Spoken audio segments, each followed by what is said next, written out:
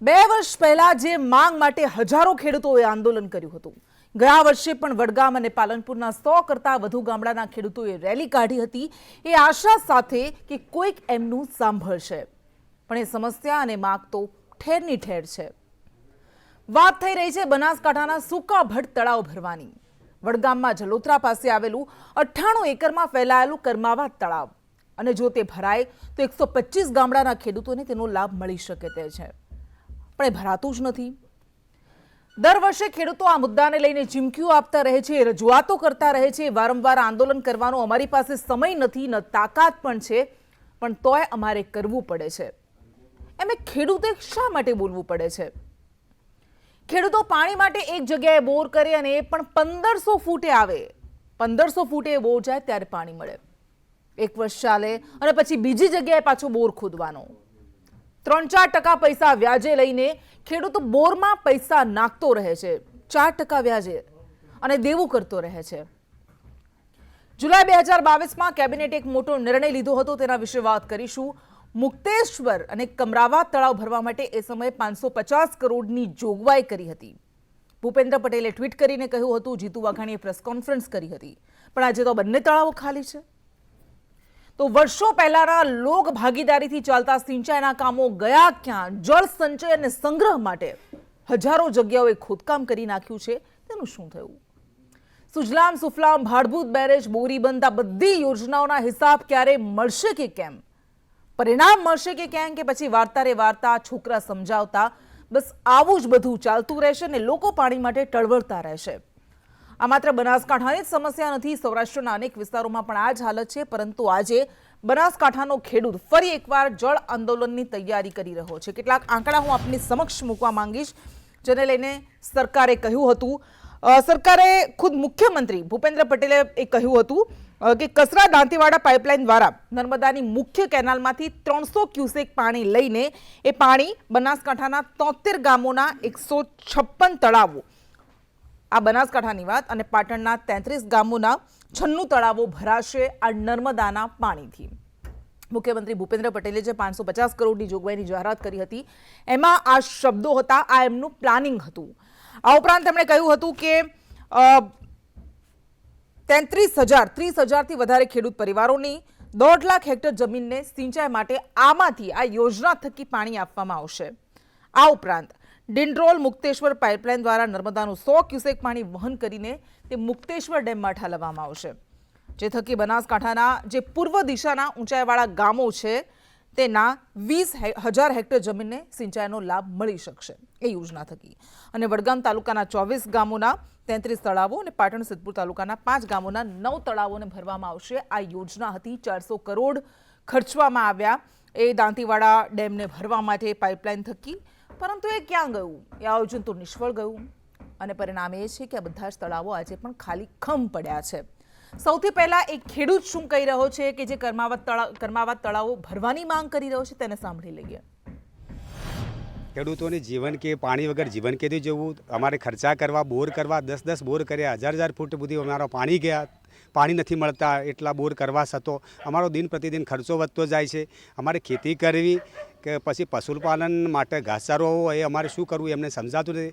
પાણી માટે અમારા માટે કોઈ વ્યવસ્થા નથી। ખેડૂત આવા આંદોલન કરવા માટે કોઈ નવરો નથી, એની પાસે ટાઈમ નથી, કંઈ જવું હોય તો અમારે ટાઈમ કાઢવો પડે, એની જગ્યાએ આ માટે અમે આ આંદોલન કરવા નીકળીએ એવો અમારે કોઈને સમય નથી, પણ ના છૂટકે અમારે આ પ્રયોગ કરવો પડશે। અને ખેડૂત કહી રહ્યો છે કે ના છૂટકે અમારે આ પ્રયાસ કરવો પડી રહ્યો છે, અમારી પાસે સમય નથી, તેમ છતાં પણ અમારે કરવું પડી રહ્યું છે, મજબૂર છીએ। ચર્ચા આપણે કરીશું। ભારતીય જનતા પાર્ટીમાં કિસાન મોરચામાંથી આપણી સાથે ફલજી ચૌધરી જોડાઈ ગયા છે અને પર્યાવરણવિદ ચંદ્રશેખર પાટીલ આપણી સાથે જોડાઈ ગયા છે। આ બંનેનું સ્વાગત છે। સૌથી પહેલા ફલજીભાઈ આપની પાસે આવીએ। 30 વર્ષથી આ તળાવો ભરવાની માંગ થઈ રહી છે। 2 વર્ષ પહેલા આપણે જોયું હતું, હજારો મહિલાઓએ પ્રધાનમંત્રીને પત્ર લખ્યો હતો કે મુક્તેશ્વર અને કર્માવત તળાવ ભરો। ગયા વર્ષે પણ આપણે જોયું હતું કે વડગામ પાલનપુરના હજારો ખેડૂતોએ રેલી કાઢી હતી કે ભાઈ કર્માવત તળાવ ભરો, અને આજે ફરી એ જ ખેડૂતો કર્માવત તળાવ ભરવાની માંગ કરી રહ્યા છે। તો આ માંગણી તો થતી રહે છે, આપના સુધી પહોંચે છે ખરા?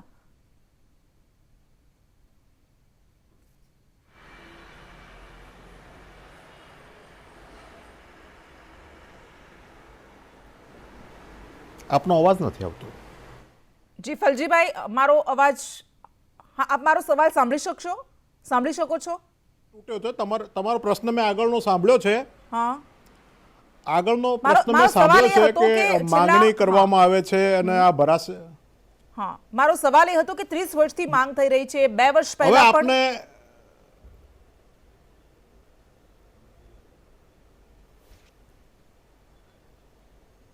ત્રુટક અવાજ, હવે વચ્ચે અવાજ તૂટી ગયો છે આપનો. અચ્છા ફલજીભાઈ, ફરી એક વખત સવાલ કરી દઉં. મારો સવાલ એ હતો કે 30 વર્ષથી ખેડૂતો આ માંગ કરી રહ્યા છે. બનાસકાંઠામાં ભયંકર જળ સંકટ છે, આપણને ખબર છે. ડીસા, દાંતીવાડા, ધાનેરા એ આખું કોરું કટ પડ્યું છે. પરંતુ આ તળાવો ભરવાની માંગ છેલ્લા કેટલાય વર્ષોથી થઈ રહી છે. વારંવાર જળ આંદોલન કરવામાં આવી રહ્યા છે, પ્રધાનમંત્રી સુધી રજૂઆત કરવામાં આવી રહી છે અને આપની સરકાર દ્વારા 550 કરોડની જોગવાઈની જાહેરાત પણ કરી દેવાઈ હતી. તો પછી આજે ફરી પાછા તળાવો ખાલીખમ કેમ છે? એ ભરાયા કેમ નથી?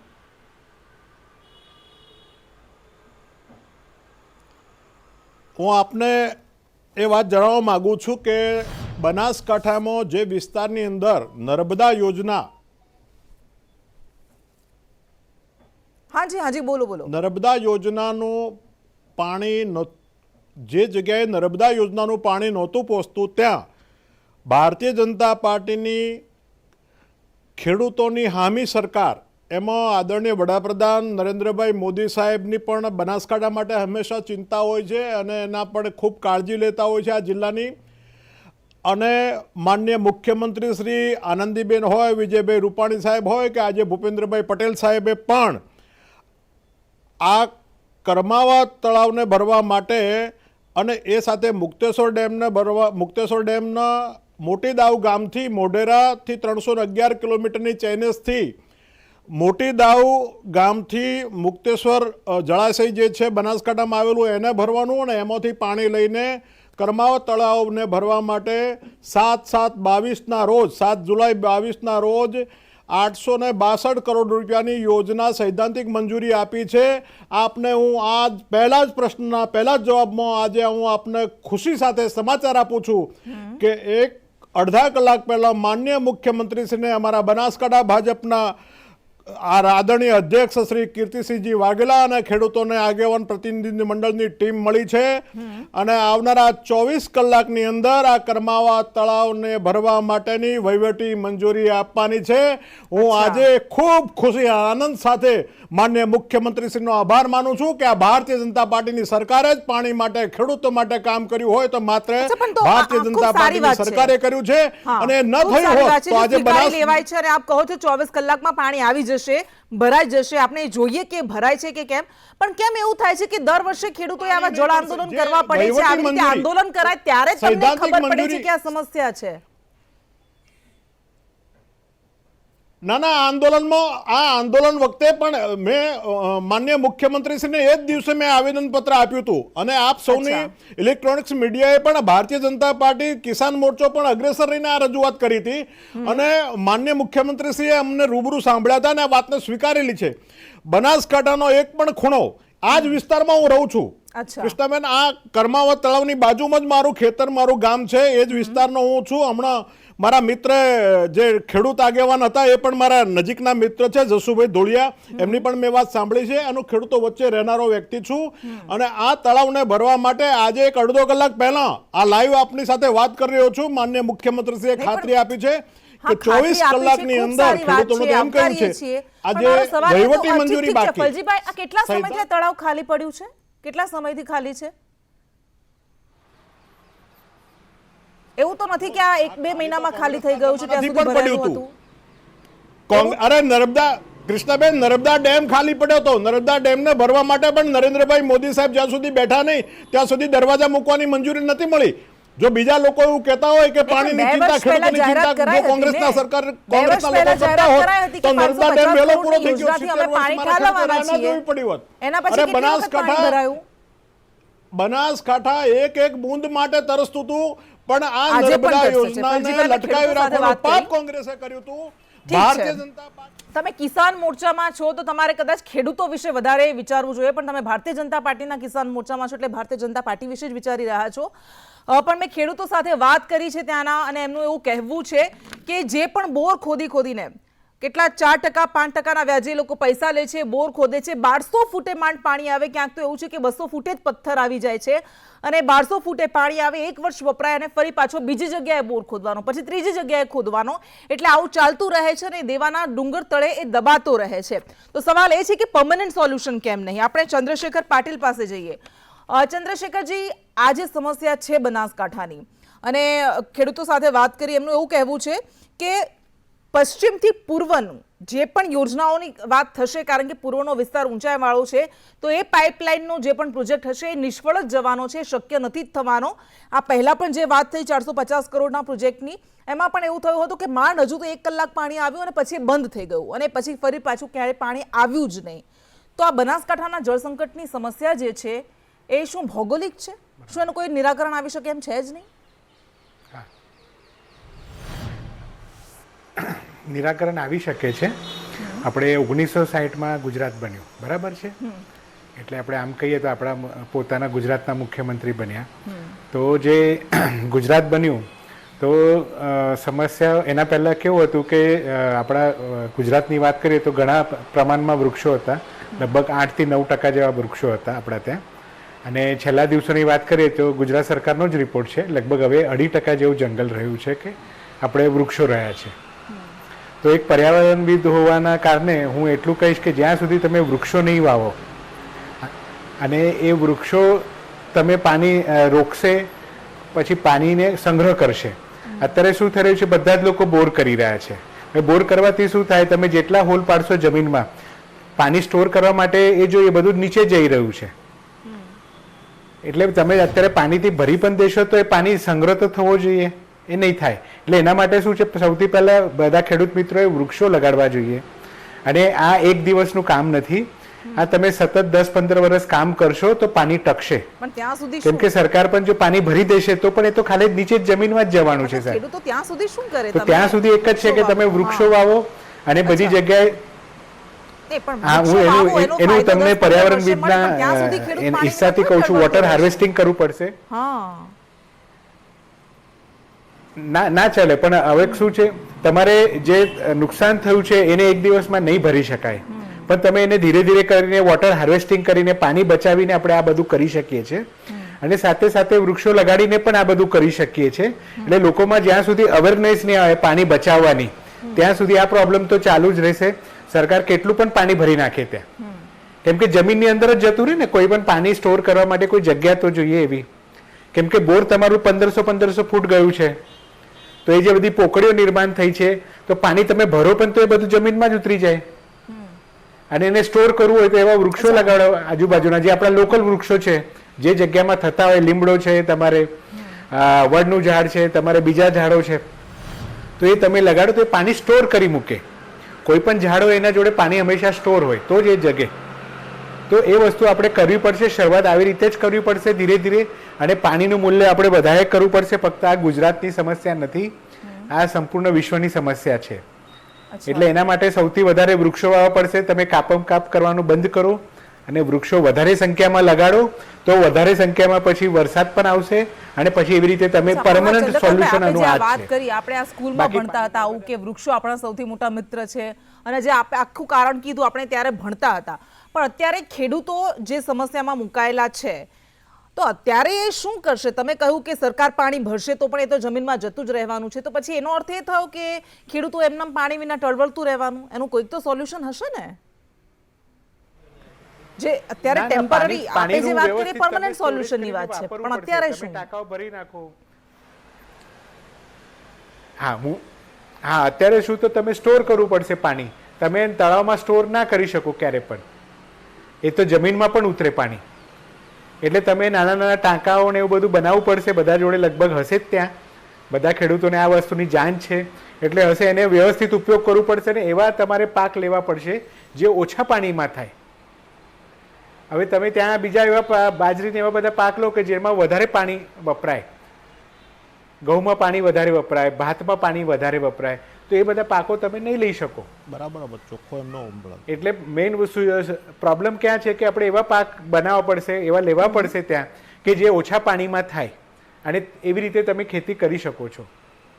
અચ્છા. 12 માસ ખેતી કરી શકો છો અને પાણી યોગ્ય સમયે યોગ્ય રીતે વાપરો. ટીપક સિંચાઈ પદ્ધતિ છે, ટીપે ટીપે પાણી પડે ને એનાથી પણ તમે ખેતી કરી શકો છો, જે ઇઝરાયલમાં થઈ રહી છે ઓલરેડી. એવું ગુજરાતમાં પણ અમુક જગ્યાએ થઈ રહી છે. તો એ તો તમારે કરવું પડશે. જો તમે નહીં સમજો હજુ પણ પાણીનું મહત્વ, તો આ તો નીચે અત્યારે 1500 છે, બની શકે 4-5 વર્ષમાં આપણે 2000 ફૂટ પણ નીચે જતું રહે પાણી. એટલે એનો તો સિમ્પલ છે, તમે અત્યારથી જ વૃક્ષો લગાડવાનું શરૂ કરો અને એવા વૃક્ષો લગાડો જે ત્યાં ઇઝીલી અવેલેબલ હોય અને એવા વૃક્ષો લગાડો કે જેમાંથી અચ્છા, આ તો ફ્રૂટ પણ તમે મળતું હોય હા ઠીક તમને. છે, આ તમે લોકોને તો કહ્યું પૂરક- કે લોકો વૃક્ષો ઉગાડે અને આ સમસ્યામાંથી આવે. પણ આ જે આપે કહ્યું, મેં એક ખેડૂત સાથે ત્યાંના અગ્રણી છે, જળ સંસાધનના એક્સપર્ટ છે, એમની સાથે વાત કરી. એમનું એવું કહેવું છે કે જો ધરોઈ ડેમમાંથી બનાસ નદીમાં પાણી નાખવામાં આવે છે અને પછી સીપો અને બનાસને કનેક્ટ કરવામાં આવે, કારણ કે બંને વચ્ચે ડેમનું 7 કિલોમીટરનું અંતર છે, તો આ સમસ્યાનો થોડે ઘણે અંશે ઉકેલ આવી શકે છે. તો આવી જે જળ સંસાધનને રિલેટેડ જે સમસ્યા છે અથવા એનો ઉકેલ છે, એ કઈ રીતે આવશે, કઈ રીતે કરી શકાય કે જેના કારણે બનાસકાંઠાના ખેડૂતોની સમસ્યા થોડી ઘણી અંશે ઉકેલ બધું થાય? કરશે તો થોડા જો આપણે છે ને નર્મદાનું પાણી પણ ભરી શકીએ, તમે ત્યાંથી પેલા ડેમમાંથી પણ લાવી શકો, પણ એ પરમનન્ટ સોલ્યુશન નથી. એનું પરમનન્ટ સોલ્યુશન તો એ જ છે કે તમારે આ બધું કરવું જ પડશે અને એમાં બધા જ લોકોએ ભાગ લેવો પડશે. સરકારે તો કરશે જ, પણ આપણે બધા કોમન મેને પણ ભાગ લેવો પડશે અને બધાના સહયોગથી જ થશે. એક માણસના સહયોગથી નહીં થાય. પૈસા ખર્ચવાથી આ પ્રોબ્લેમનું સોલ્યુશન નથી મળવાનું. અચ્છા, આપણે ઠીક છે. એટલા પ્રમાણમાં ઓકે. બધા વૃક્ષો કાપ્યા છે કે શું કહેવાય કે રસ્તો બનાવવો હોય, કંઈક નવો પ્રોજેક્ટ હોય કે જેમાં આપણે ઝાડ કાપીએ છીએ પણ ઝાડ લગાડતા નથી અને આ ઝાડ નથી લગાડવાના કારણે જ આ ઓકે, બધી ઓકે. સમસ્યા ધીરે ધીરે ઉદ્ભવી છે અને વધારે પડતા બોરિંગના લીધે તો વધારે ઉદ્ભવી છે. અચ્છા, ઠીક છે. ફલજી હું ચૌધરી પર્યાવરણના પાસે રીતે ફરી કહી જઈએ. રહ્યો છું ઓકે, હા ઠીક છે. ફલજી ચૌધરી પાસે અને એને આપણે વોટર ફરી હાર્વેસ્ટિંગ કરવું પડશે. હા, વોટર હાર્વેસ્ટિંગથી જ આ ઓકે. બધા પ્રોબ્લેમ સોલ્યુશન થશે. ઠીક છે. ફલજી ચૌધરી, ફરી આપની પાસે આવીએ. ત્યાં એવું થઈ રહ્યું છે કે જે કેનાલો ત્યાં જઈ પણ રહી છે એમાં પણ લોકો કાણા પાડીને એ ગેરકાયદેસર કાણા પાડીને એમાંથી પાણી લે છે પોતાના ઢોરને પીવડાવવા માટે અથવા તો સિંચાઈ માટે. આપની પાસેથી એ પૂછવું છે કે આપે આજે રજૂઆત કરી, આપે કહ્યું કે હમણાં અડધો કલાક પહેલા જ અમે ગયા હતા, પણ આ મુદ્દાને લઈને શું આપના દ્વારા પહેલા રજૂઆતો કરવામાં આવી છે? આપણી પાસે આવીશું ભરત કરેન, ખેડૂત આગેવાન છે, તેઓ આપણી સાથે જોડાઈ ગયા છે. ભરતભાઈ, આપની પાસે આવીએ. બનાસકાંઠાની આ સમસ્યા વર્ષોથી આપણે સાંભળતા રહ્યા છીએ, પરંતુ તેનો ઉકેલ આવ્યો નથી અત્યાર સુધીમાં. શું આપને અત્યારે મુખ્ય તકલીફ પડી રહી છે ત્યાં પાણીને લઈને?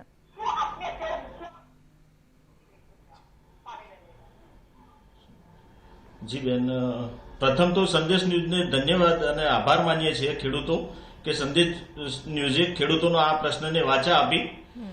બેન, જે સમયે ચૂંટણીઓ આવે છે ને ત્યારે સરકાર કર્માવત તળાવના ઇસ્યુને લઈને વડગામની અંદર આ શરૂઆત કરે છે. ગઈ વખતે જ્યારે વિધાનસભાનો ચૂંટણી હતી ત્યારે 13/10/2022ના દિયોદર મુકામે વડાપ્રધાનશ્રીએ કર્માવત તળાવનું ખાતમુહૂર્ત કર્યું હતું.